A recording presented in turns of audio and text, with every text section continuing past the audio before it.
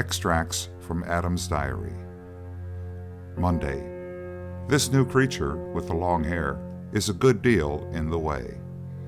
It is always hanging around and following me about. I don't like this. I am not used to company. I wish it would stay with the other animals. Cloudy today, wind in the east. Think we shall have rain. We? Where did I get that word? The new creature uses it.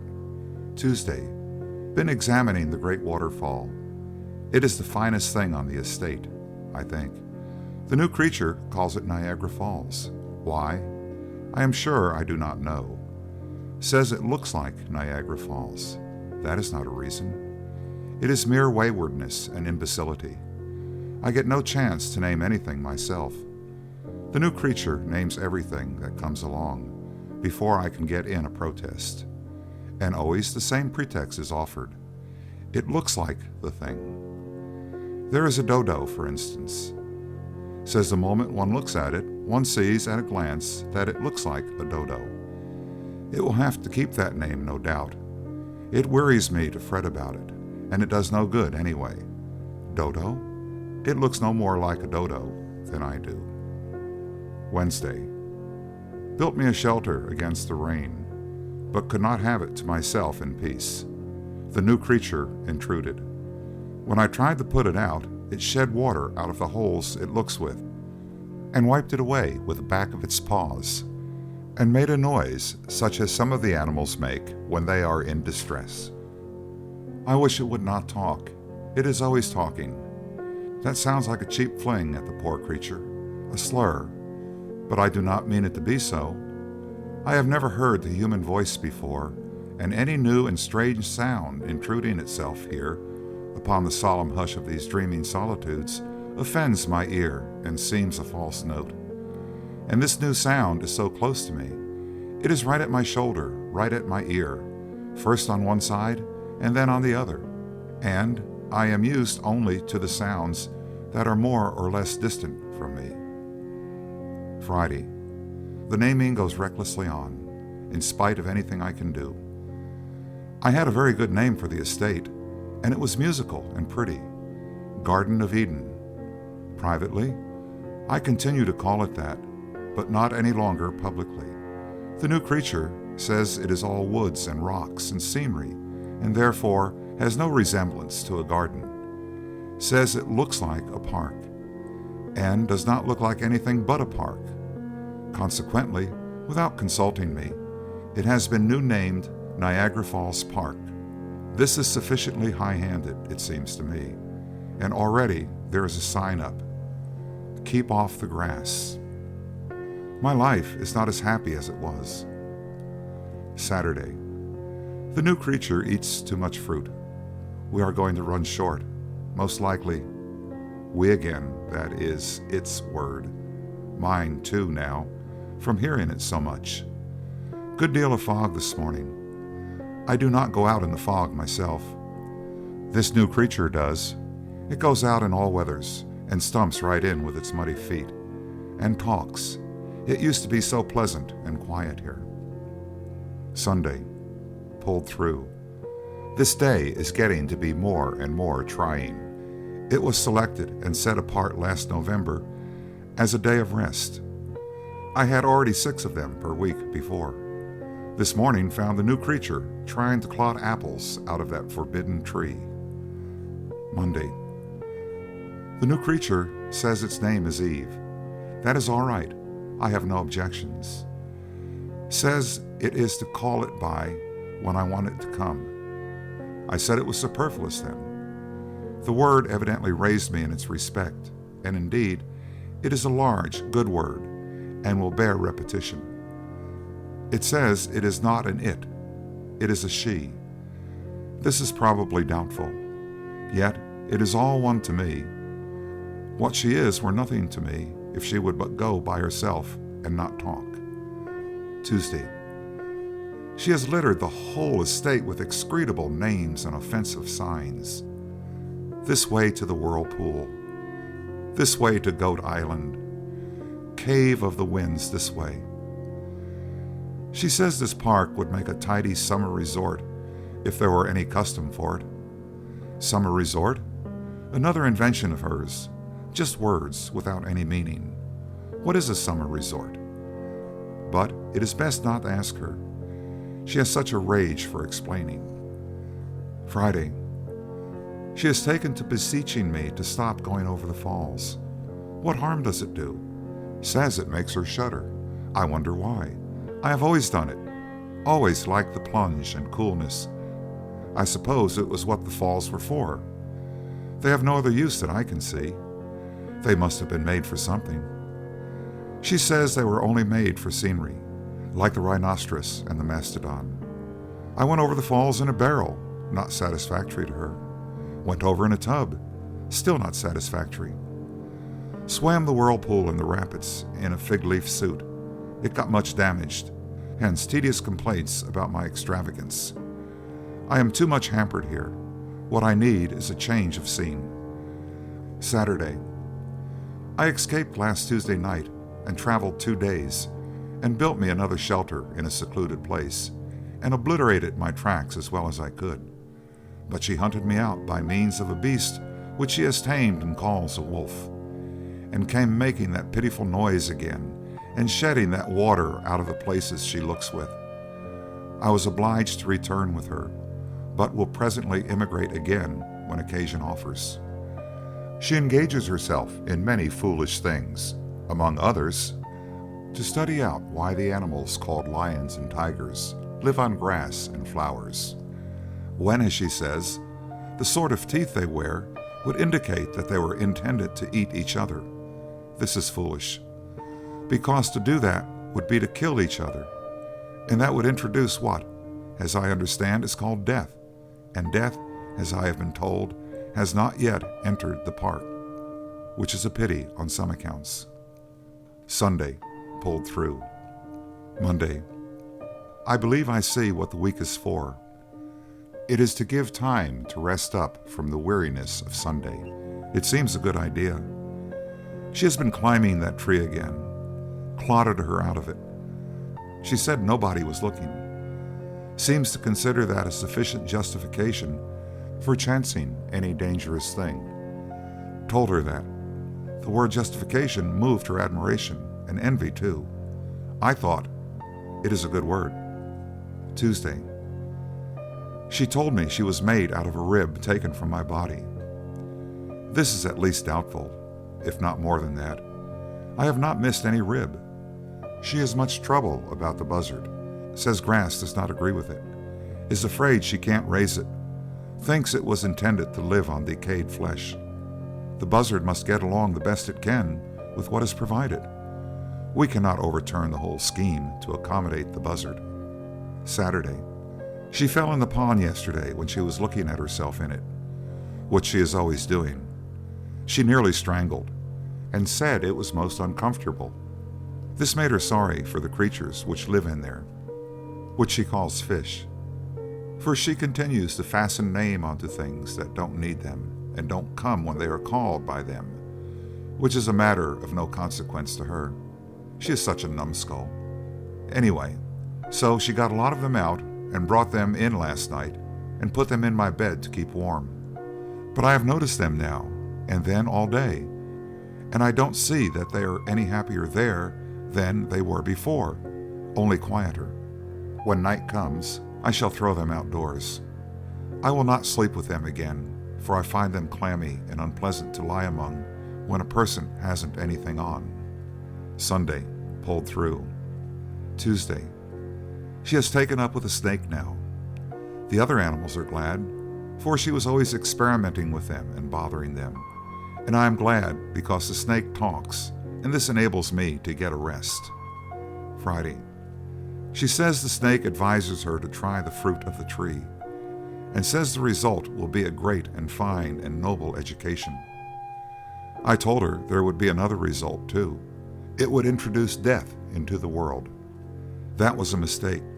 It had been better to keep the remark to myself. It only gave her an idea. She could save the sick buzzard and furnish meat to the despondent lions and tigers. I advised her to keep away from the tree. She said she wouldn't. I foresee trouble. We'll emigrate. Wednesday. I have had a variegated time. I escaped last night and rode a horse all night as fast as he could go, hoping to get clear of the park and hide in some other country before the trouble should begin. But it was not to be.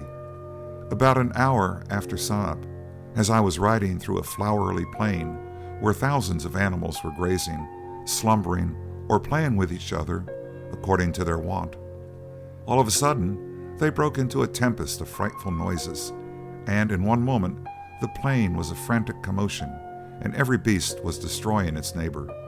I knew what it meant. Eve had eaten that fruit, and death was come into the world.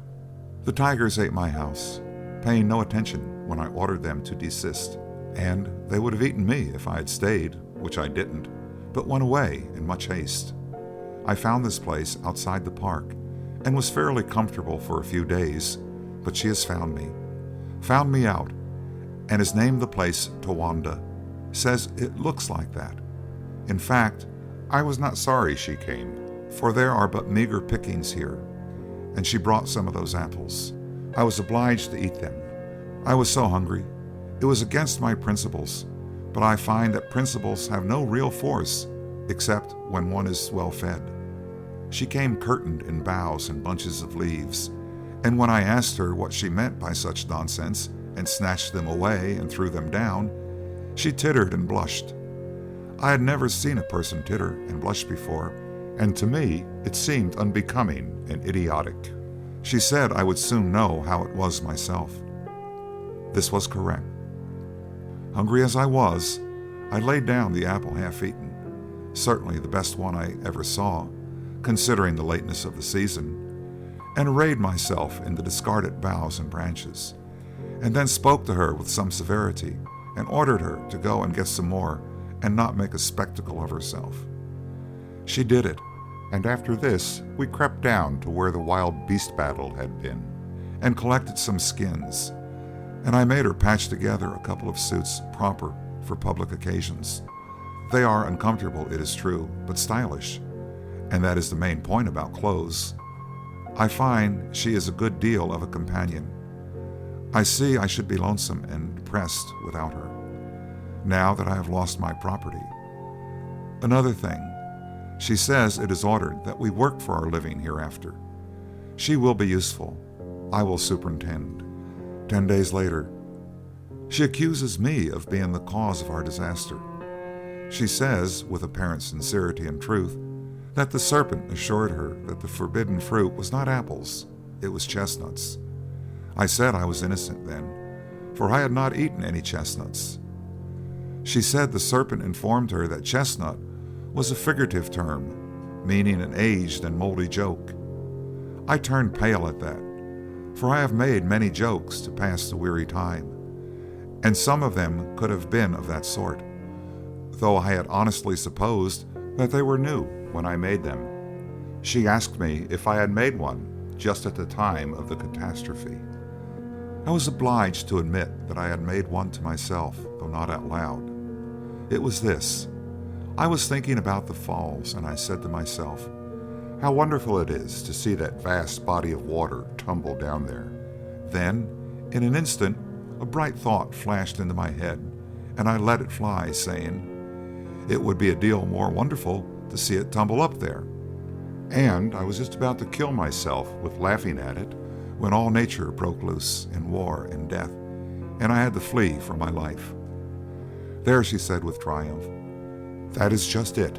The serpent mentioned that very jest, and called it the first chestnut, and said it was coeval with the creation. Alas, I am indeed to blame. Would that I were not witty. Oh, that I had never had that radiant thought. Next year, we have named it Cain. She caught it while I was up country trapping on the north shore of the Erie. Caught it in the timber a couple of miles from our dugout, or it might have been 4. She isn't certain which. It resembles us in some ways, and may be a relation. That is what she thinks, but this is an error, in my judgment. The difference in size warrants the conclusion that it is a different and a new kind of animal, a fish perhaps, though when I put it in the water to see, it sank, and she plunged in and snatched it out before there was an opportunity for the experiment to determine the matter. I still think it is a fish, but she is indifferent about what it is and will not let me have it to try. I do not understand this. The coming of the creature seems to have changed her whole nature and made her unreasonable about experiments. She thinks more of it than she does of any of the other animals, but is not able to explain why. Her mind is disordered. Everything shows it. Sometimes she carries the fish in her arms half the night when it complains and wants to get to the water. At such times, the water comes out of the places in her face that she looks out of, and she pats the fish on the back and makes soft sounds with her mouth to soothe it, and betrays sorrow and solicitude in 100 ways. I have never seen her do like this with any other fish, and it troubles me greatly. She used to carry the young tigers around so and play with them before we lost our property, but it was only play. She never took on about them like this when their dinner disagreed with him. Sunday. She doesn't work Sundays, but lies around all tired out and likes to have the fish wallow over her, and she makes full noises to amuse it and pretends to chew its paws, and that makes it laugh. I have not seen a fish before that could laugh. This makes me doubt. I have come to like Sunday myself. Superintending all week tires the body so. There ought to be more Sundays. In the old days they were tough, but now they come handy. Wednesday. It isn't a fish. I cannot quite make out what it is. It makes curious, devilish noises when not satisfied, and says goo-goo when it is. It is not one of us, for it doesn't walk. It is not a bird, for it doesn't fly. It is not a frog, for it doesn't hop. It is not a snake, for it doesn't crawl. I feel sure it is not a fish, though I cannot get a chance to find out whether it can swim or not. It merely lies around, and mostly on its back, with its feet up. I have not seen any other animal do that before. I said I believed it was an enigma, but she only admired the word without understanding it. In my judgment, it is either an enigma or some kind of bug. If it dies, I will take it apart and see what its arrangements are. I never had a thing perplex me so. 3 months later, the perplexity augments instead of diminishing. I sleep but little. It has ceased from lying around and goes about on its 4 legs now. Yet, it differs from the other 4-legged animals, in that its front legs are unusually short. Consequently, this causes the main part of its person to stick up uncomfortably high in the air, and that is not attractive. It is built much as we are, but its method of traveling shows that it is not of our breed. The short front legs and long hind ones indicate that it is of the kangaroo family, but it is a marked variation of that species, since the true kangaroo hops, whereas this one never does. Still, it is a curious and interesting variety, and has not been catalogued before. As I discovered it, I have felt justified in securing the credit of the discovery by attaching my name to it, and hence have called it Kangaroom adenimus. It must have been a young one when it came, for it has grown exceedingly since. It must be 5 times as big now as it was then, and when discontented, it is able to make from 22 to 38 times the noise it made at first. Coercion does not modify this, but has the contrary effect. For this reason, I discontinued the system. She reconciles it by persuasion and by giving it things which she has previously told me she wouldn't give it. As already observed, I was not at home when it first came, and she told me she found it in the woods. It seems odd that it should be the only one.